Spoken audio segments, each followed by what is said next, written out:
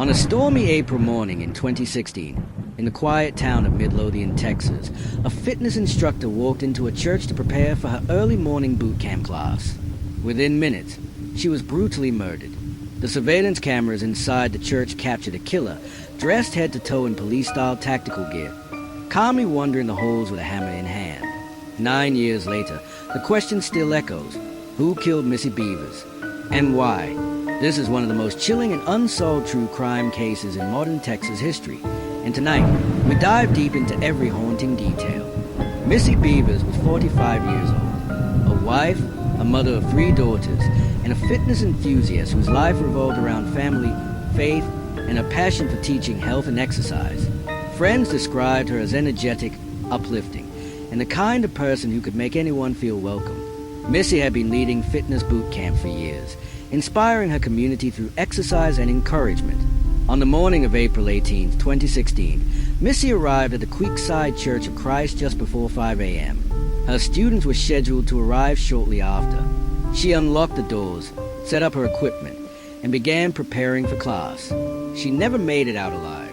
By 6 a.m., her first student began pulling into the church parking lot. When they entered the building, they expected to find Missy setting up. Instead, they discovered her lying unresponsive on the floor, brutally beaten to death. Panic swept the group. The students immediately called 911. When police arrived, they confirmed Missy was gone. The scene was violent, chaotic, and unsettling. But what would truly set this case apart was what investigators found on the church's surveillance footage. In the early hour before Missy arrived, the church's cameras captured a disturbing figure. The suspect was dressed in black tactical gear, complete with a helmet, vest, gloves, and patches that resembled those of a police officer.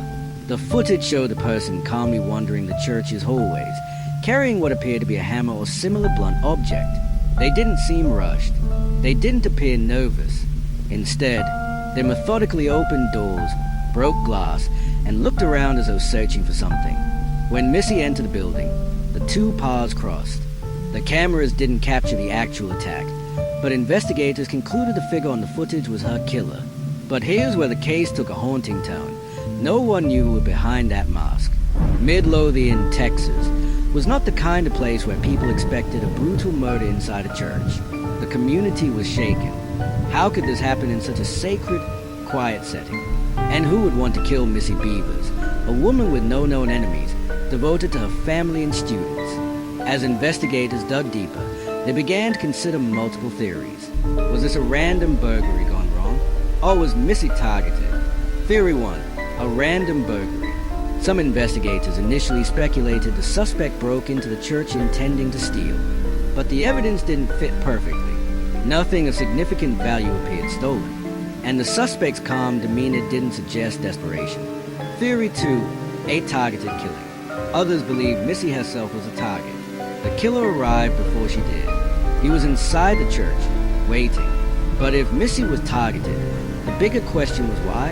The most haunting part of this case is the suspect themselves. The footage showed a person between 5 feet 2 inches and 5 feet 8 inches in height, walking with an unusual gait. Some observers noted a limp or an outward turning foot. Others thought the person might have been intentionally altering their walk. Their police-style gear made it difficult to tell if the suspect was male or female. Some thought the body shape and movements resembled a woman. Others argued it was a man in disguise. The tactical outfit was a costume of authority, but it also worked as a perfect disguise. Over time, investigators collected several pieces of evidence, though none have cracked the case. The hammer, believed to be the murder weapon, but no forensic traces were found that led to a suspect. The car, just before Missy's murder, a suspicious vehicle, possibly a dark SUV, was spotted circling the church parking lot. The driver was never identified. The footage, despite multiple analyses, the identity of the figure in tactical gear remains hidden. Dozens of tips poured in. Armchair detectives online dissected every second of the footage, pointing out details, from the suspect's stride to the way they handled doors. Yet none of it has revealed a name. Naturally, police looked closely at people close to Missy. Her husband, Brandon Bevers, was out of town during the murder. Investigators cleared him, but noted the couple had marital struggles. Still, no evidence tied him to the crime. In-laws and extended family were questioned.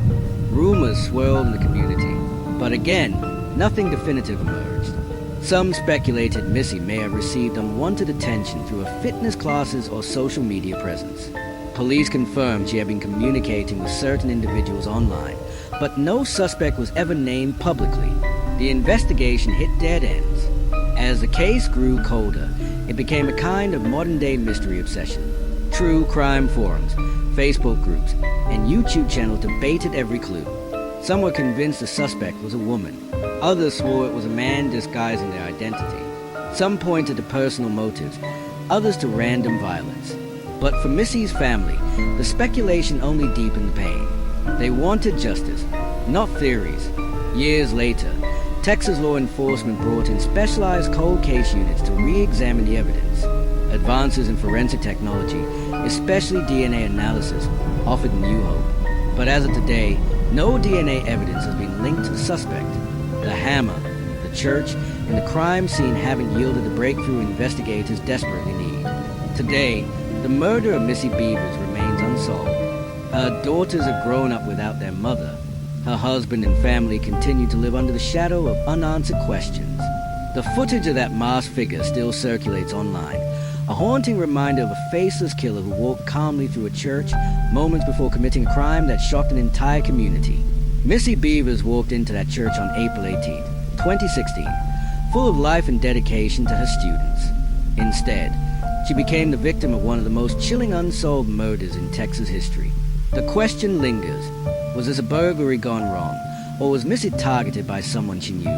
Until the day the mask is removed and the killer is unmasked, the case of Missy Bevers will remain a haunting reminder that even in the most sacred of places, darkness can strike. And we are still left asking, who killed Missy Bevers?